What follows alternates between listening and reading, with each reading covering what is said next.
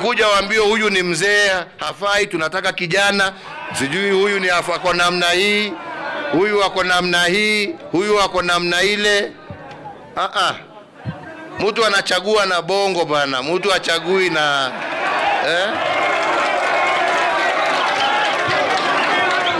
uongozi uko hapa. Sio uongozi, sio mpira ya kuchezwa kwa kiwanja. Uongozi sio sprint, ni marathon. Wewe utakimbia hapa, by the time umefika pale pumzi imeisha. Lakini mzee amekanyanga polepole akuja kupitia ukiwa bado kwa barabara. If people are worried that the young people are running very fast, then they must wake up to the reality that the young people are tired of us going too slowly. Bid your time. Uongozi hauna haraka. Jipeleke pole pole utafika. Tunaelewana? Lakini usijipeleke na speed mpaka unalaumu wenzako, hutaki kuungana na wao, hutaki kufanya kazi na wao. Hiyo uongozi itakuja mwishowe kukuletea shida na kuletea nchi shida. Kwa hivyo mimi sinifichi, mimi hakuna kura mimi natafuta. Lakini kile kitu mimi natafuta ni amani. Kile kitu mimi natafuta ni umoja.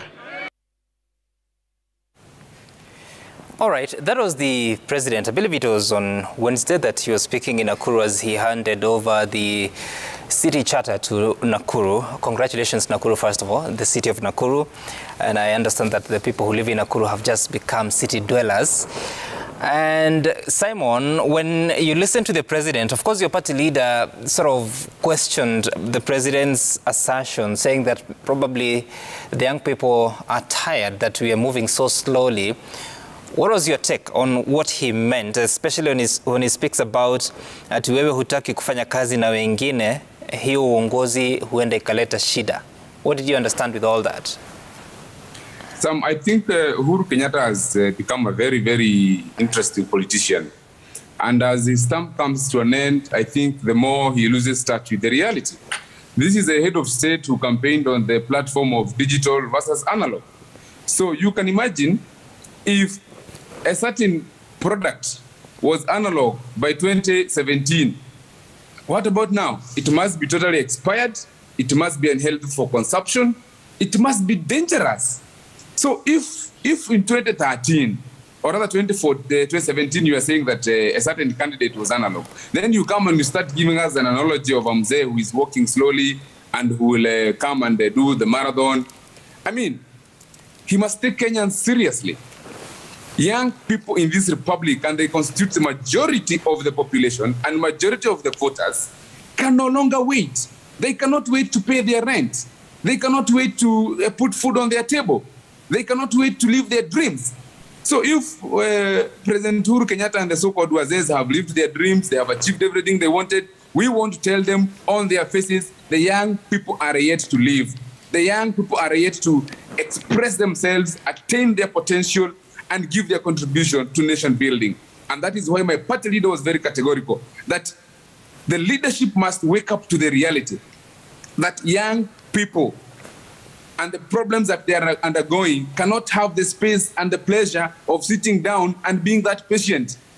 It is not as if that this government has provided every other support that is needed to the young people, so that then you can tell them, hey, you people, we have created jobs for you. We have made sure that the health system is working. We've made sure that you are very secure. There are bridges everywhere. So please, what is your complaints? Young people are just in disarray. Young people are just abandoned. They just feel that this is a government that does not care about them, does not identify with them, and so they cannot wait. They cannot wait to live their dreams. They cannot wait to also give their contribution. All right, and but yes, I hear you say that the young people are yet to lead, but is there something we might be missing in that message? I mean, in this country, there are only 4 men who've occupied the seat of the presidency. 2 of them are the late. Of course, you know, Mwai Kibaki and now Uhuru Kenyatta. Could it be there's something he knows we don't? Well, I don't know, because I may not be in his mind and what he meant exactly in terms of saying people working with others. But as a party, we've made our position very clear that we will go all the way to the ballot. Of course, we don't mind coaliting. This is a season for coalitions and political formations. So as time goes by, you expect a lot of political movement, people joining this outfit, people leaving this outfit. And so we are yet to see the clear movement, and the whole political market is going to shape up properly. But answering you, I would say that our position as a party is that our party leader is going all the way to the ballot.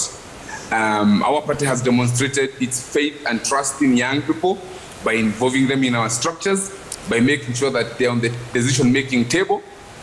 And I think that is exactly what Musalia Mudavadi will do if given chance to be President of the Republic of Kenya. Otherwise, in terms of coalitions, in terms of formations, I would say that we are very open. We are having discussions. For example, we are in Oka. We are having discussions with the Mount Kenya Forum and every other leaders that feel that they share in our dreams for a better Kenya. Okay, all right. Honorable Sankok, as you listen to this, what are you thinking? That the president would say what he said? Of course, there was a bit of interpretation that he meant that he's going to back Raila Odinga, because if you had to compare among the candidates, I think Raila Odinga could be the oldest among those that may have a bit of interest in the presidency. What are you thinking? Sam, I'm as confused as you are there in the studio. First of all, he talked about it is not a game of football. It is a game of using brains. But we understand that medically, as you age, there is also what we call intellectual menopause. The slowness in terms of thinking, and even amnesia in terms of remembering other things. So it also encompasses that as you go older, you may not be able to have the full function of your brain. Again, when he talk about that it is not a sprint, it is a marathon. But for me, I beg to differ with him, because if you lose Pumuzi while you are in a sprint, I think even in a marathon it will be worse if you are older. And I think Sam Kituku, let me take you a little bit back. One day before he went to Nakuru, he came to Parliament, address the State of the Nation address, where he talked about post-election violence in length. When did we have post-election violence? He talked of 1992, he talked of 1997, he talked of 2007, 2013, 2017. And I think he was trying to educate us on the acceptance of the results of the outcome of the election, because he also expressed that when he accepted the outcome of election in 2002, there was no post-election violence. But what the president falls short of, mentioning the single denominator that appear in all those years that we have been having violence, the name that did not miss in the ballot box in those years that we had violence. Of course, in 1992, the name, of course, of Odinga, that is the Jaramogi Odinga, was in the ballot box, and we had election violence because they rejected the outcome. In 1997, it was Raila Odinga who read the rejection speech of the outcome of the election. We ended up having violence. 2007, of course, you know what happened. He literally used the bridge of dead bodies to get the nusu mkate, nusu mkeka kind of government. In 2013, you know, of course, he was also the other, he was a professional rejecter of the outcome of the election. In 2017, you know what happened? Isn't it within... He also rejected the outcome of the election. He actually sworn himself in. So there was a single denominator of violence throughout. Sankok, just hold on. Just hold on. Isn't that unfair to really accuse the former Prime Minister of starting off violence, yet it is within his constitutional right to accept or reject results based on his own reasons? And actually, for 2 times, both in 2013 and 2017, he has gone to court and staged a court case, 1-1. I mean, is it fair for you to say that? Sam Kituku, it is fair, because what I'm trying to say is that there is one name that does not miss in the ballot box when we have post-election violence. But when his name missed in 2002, there was also a loser and a winner.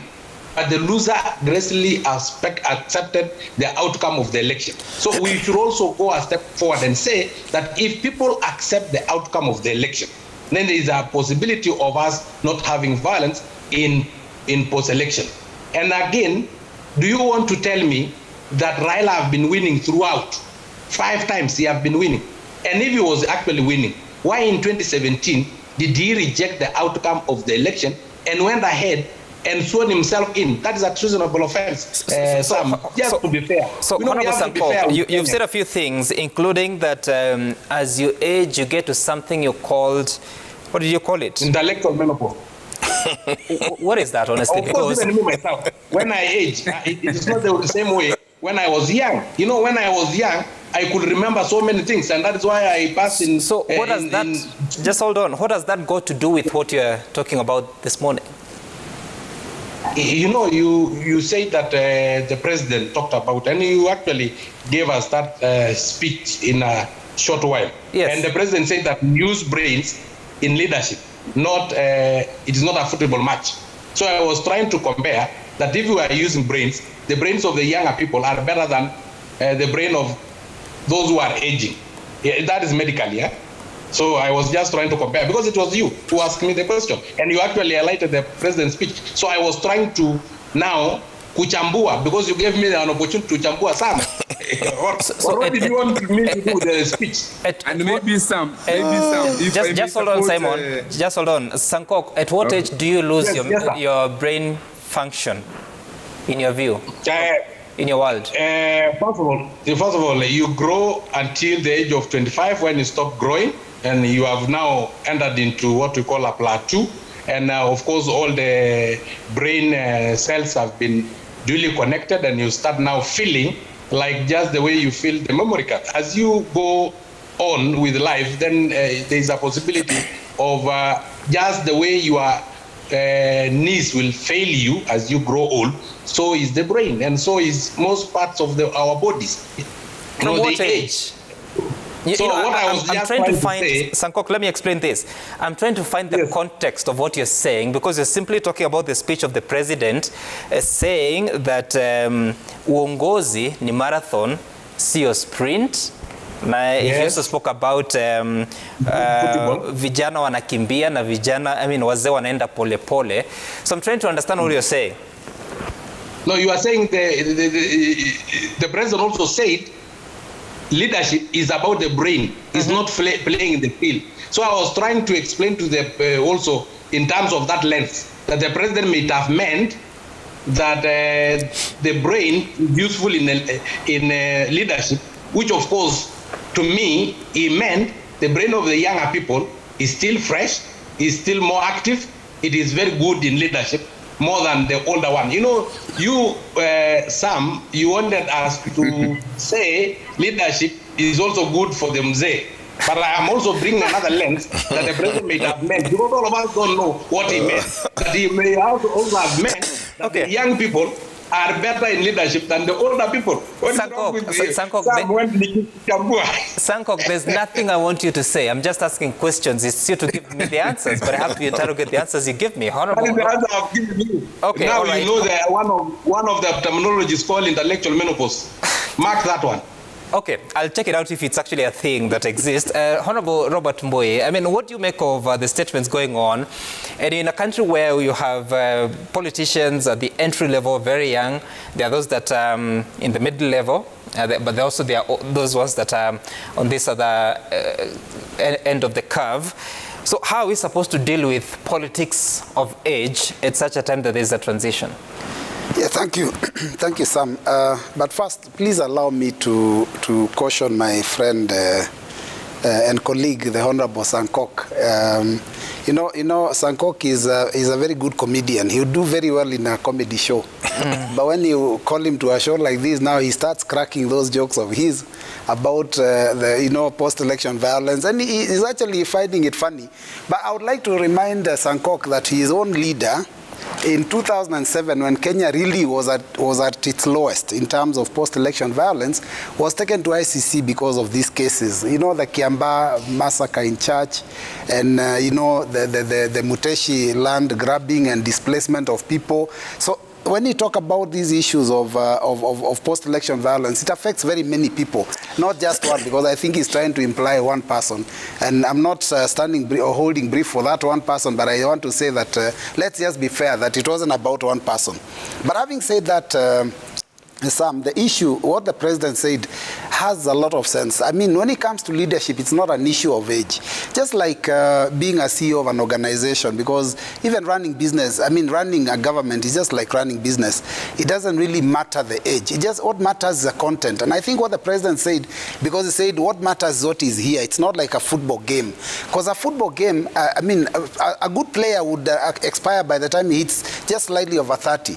They can play as well as they could, but you can actually still be able to reason out and be able to come up with policy and be able to lead for many, many years beyond that. And I think that's what he really meant. So in essence, what he was saying is that my party leader, Kalonzo Musyoka, may not be very, very young, but he can also run the country properly because he's not beyond. And also, maybe I could also run the country. I'm also a bit younger than him. So I think for him, what he was saying is that let's not look at the age factor as the one factor that decides for us who can be the president. And look at what has happened in the US. Joe Biden, much older than his former president, ends up becoming president of the country. So, I mean, when it comes to leadership, I think he's right that age is not really the factor that you can use, because I've heard people when they're out there campaigning and they keep throwing those words. You can hear somebody say that this one competed with so-and-so, ataweza mimi. You know, so the attitude is that because maybe I'm young, the reality is that, and he was also right.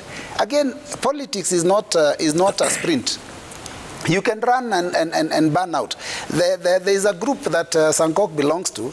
When they started, they were dishing out a lot of money in all functions. But suddenly, it looks like the coffers are running dry. Now, they come to Machakos, Ukambani, and everywhere they go, people are left fighting and asking what happened, what hit us, where did the money go?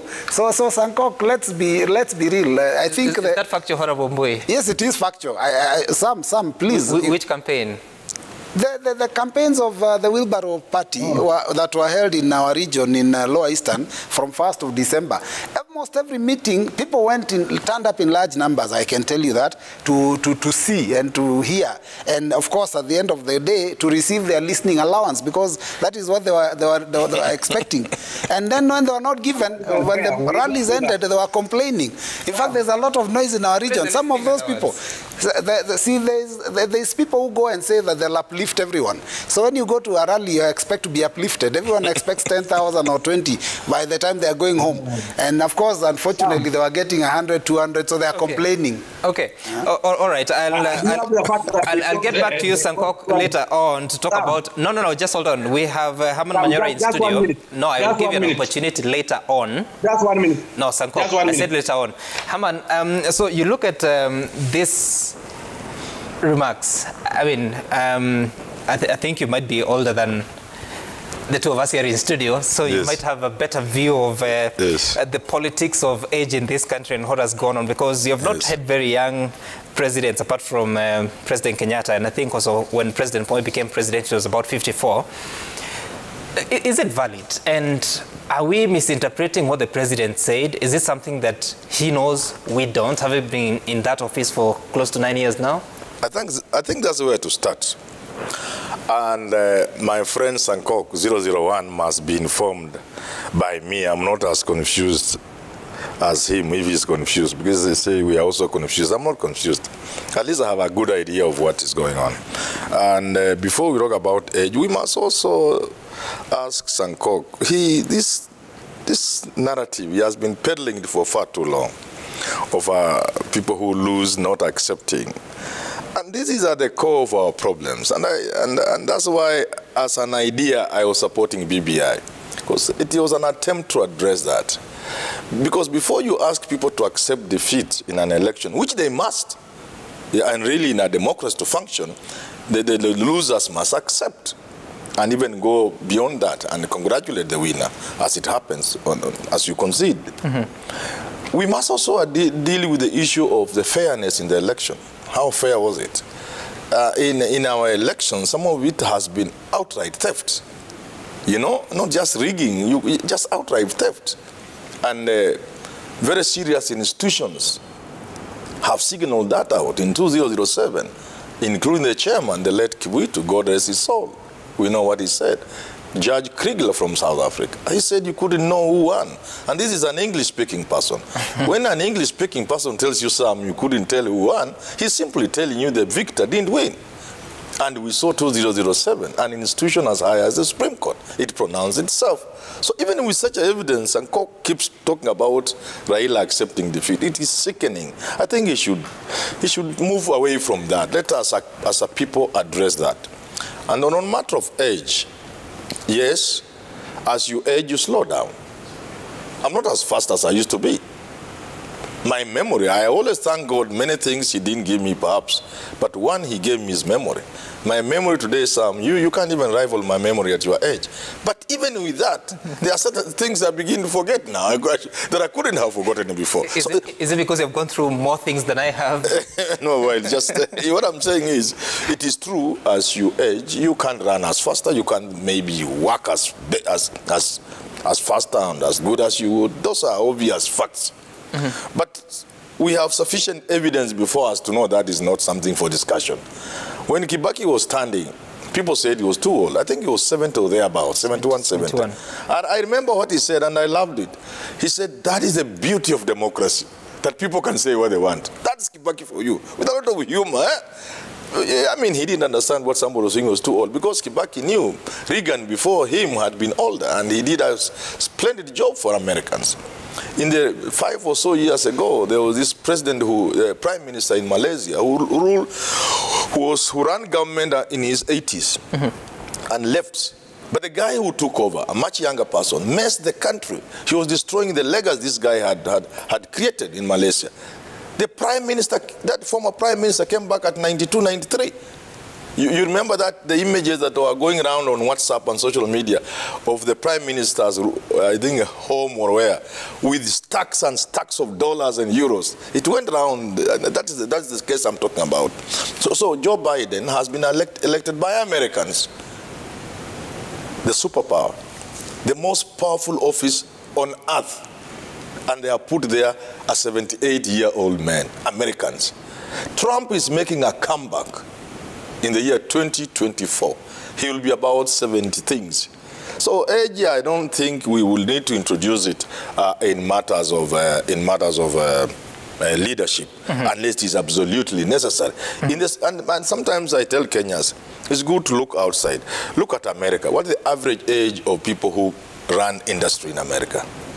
Look at the Supreme Court, the most powerful institution in America, the Supreme Court.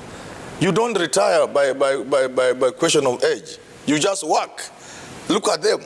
The lady who died recently, how old was she? Even with all the problems she had, medical, surgery and what have you, she still went back to the bench. The Supreme Court.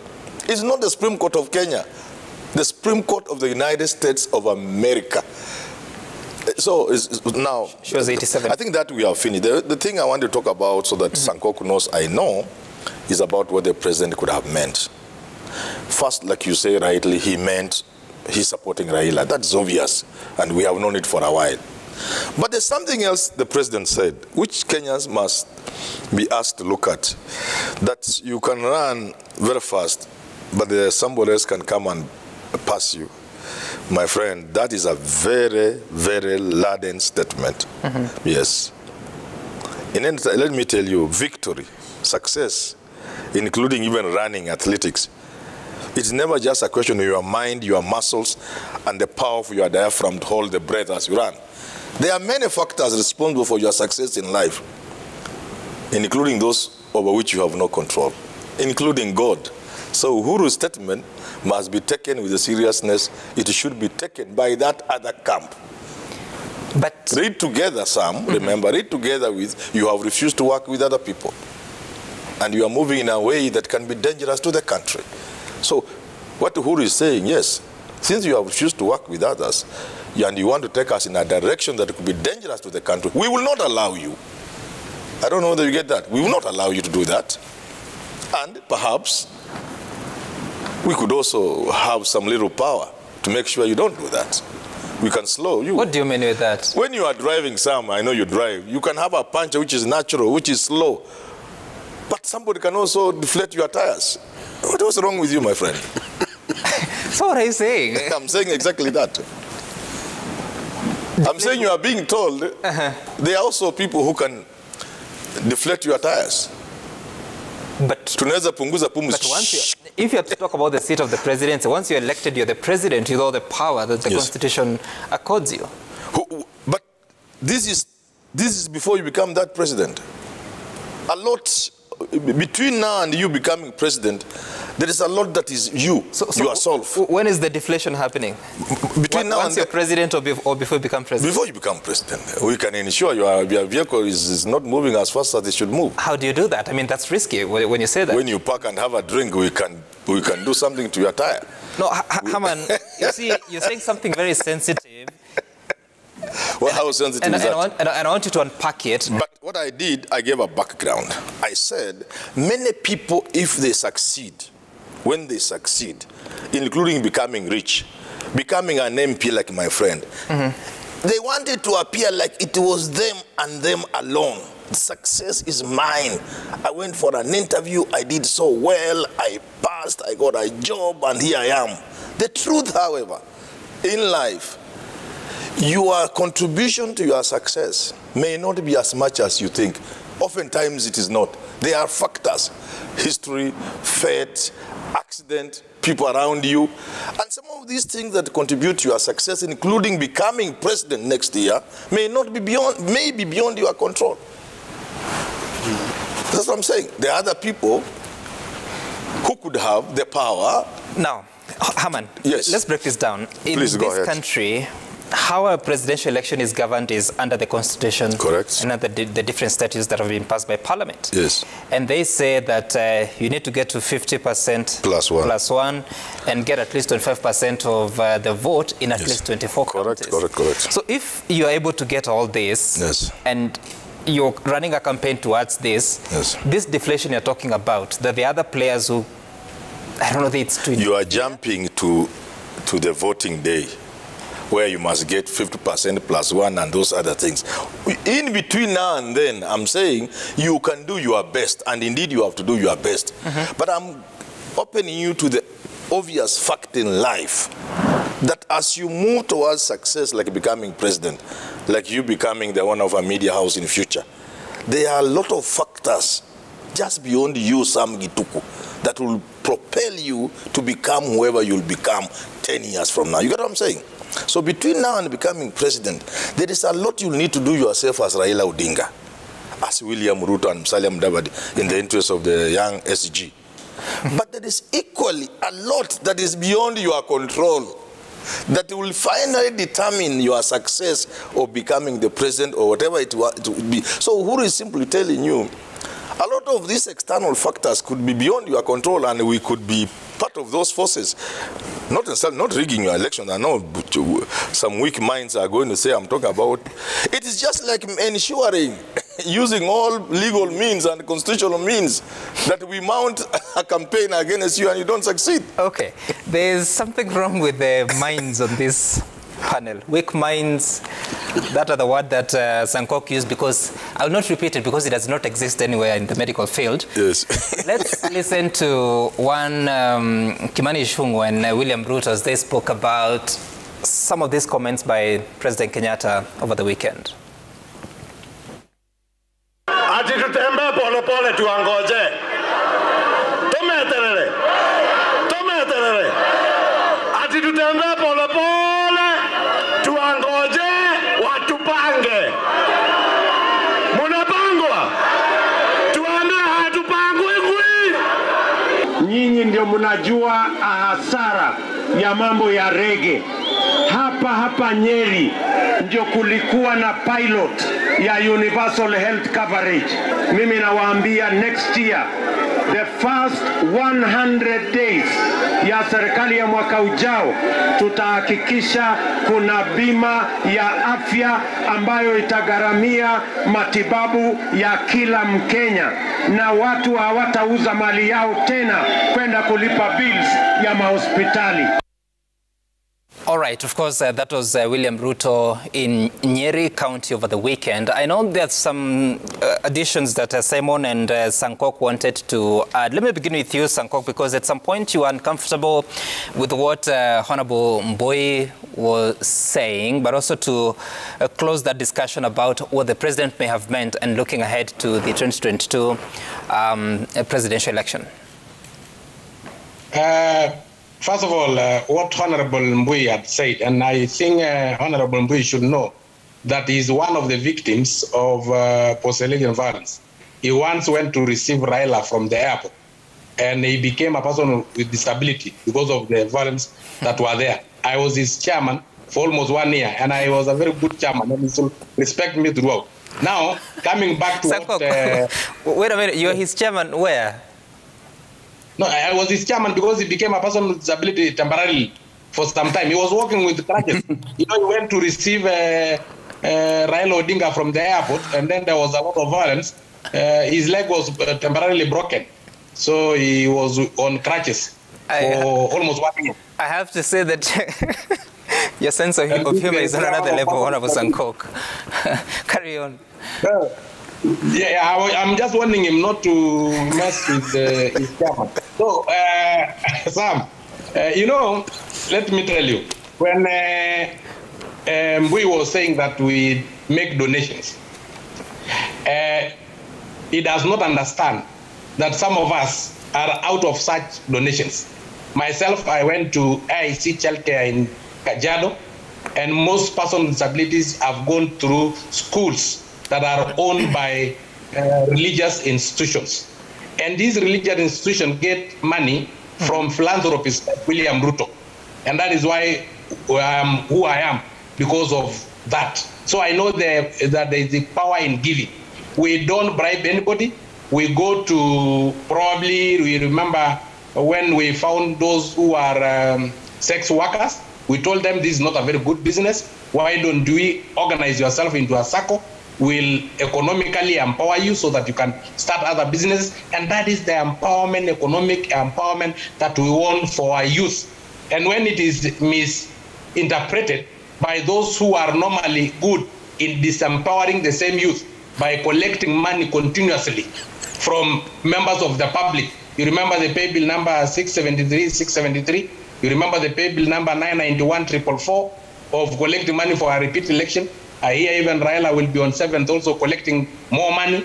He is now using campaign vehicles that were donated by youth groups. For us, we donate to Honorable Sankok, I mean, some of those things you're saying I'm not certain about, especially when you say collecting money. And even then, what would be the problem? Just hold on. What would be the problem with that if it's done within the law? You know, when it is done within the law, there will be no problem. But you remember the money that was collected for the payment of the striking teachers using pay bill number 672. Do you know any teacher that was ever paid? Was that accountable? Anyway, let's go from there. When Hamad said, my friend, the panelist, he talked about probably what the president had meant, and that you can be on a journey, but somebody give you a puncture, you know, to your tires or something like that. You know, he was insinuating that in Kenya we are no longer in a democracy. We are in a place where 2 men or 4 men or 5 can sit in a boardroom and decide who will become a president. I want to tell him for free that the presidency in Kenya is an elective position in a competitive manner, and that if you receive 50+1 votes and more than 24 counties, I can assure him that that is what the Kenyan will have elected, and that is the sovereign power they will delegate to that particular person they have elected. And I can assure him for free that the way we took care of our votes in Mswambweni The way we took care as the Kantanga, our votes in Juja and Kiambaa is the same way we will take care of our votes in 2022. Hakuna mtu atatunyang'anya. So let him be rest assured that this is a competition. And then again, lastly, before I wind up, he talked about he was supporting BBI because of this issue of the winner should not take everything and the issue of inclusivity. I'm telling you that is just some that is not nor here nor there. Let me tell you, Sam. In an election, it is a competition, and in any competition, there must be a winner and a loser. And the winner should be congratulated. The loser should go and reorganize himself and come the next general election. Okay. But the issue of saying that there will be no winner and there is no loser, so why are we going for an election? Why do you go for that particular competition? Sankok, can we just focus on what is within this show? Because there are some few things there that you're saying that have not been said anywhere this morning on this show.